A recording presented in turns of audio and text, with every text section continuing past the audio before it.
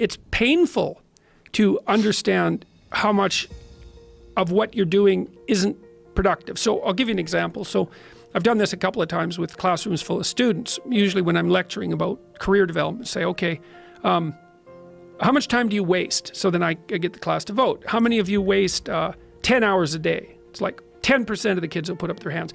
And it's interesting because I don't define what constitutes waste. I just ask the question. So they're diagnosing themselves, right? I'm not saying you're wasting 10 hours a day.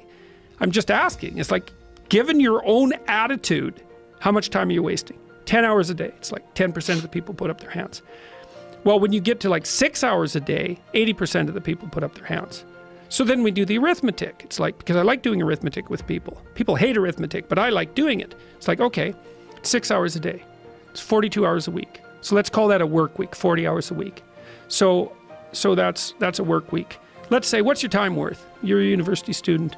Well, it's certainly worth minimum wage, because obviously, but it's worth way more than that, because if you spend a productive hour when you're 20, then you gain the benefits of that hour for the rest of your life. So there's the compounding effect of time spent when we were young.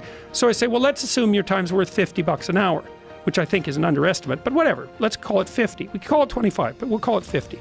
That's $2,000 a week you're wasting. It's $100,000 a year. It's like, how much better would your life be if you weren't wasting $100,000 a year? It's like, what is that over 40 years? $4 million. It's like, you're rich. You don't even know it. Quit wasting time. By your own definition. It's like people shake their heads, like, oh, I never thought about it that way. It's like, yeah, think about it that way. Don't waste your damn life. And then you think, well, why would people be resistant to that message? It's like, well, you really want to wake up and figure out that you're wasting half your life? And you know, when people do that kind of wasting, they actually hate it. You know, and I've had lots of people come to my clinical practice who were chronic procrastinators.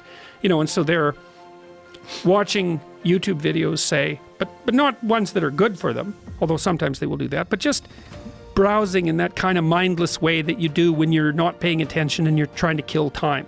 And people doing that, they feel bad, they get depressed, they feel anxious, they can't get away from it, they feel kind of quasi-addicted. That's what they're saying about social media now. It's a huge issue with young kids. Absolutely, but there's this feeling of kind of internal rot and corruption that goes along with it. It's like, yeah, well, you're wasting your life.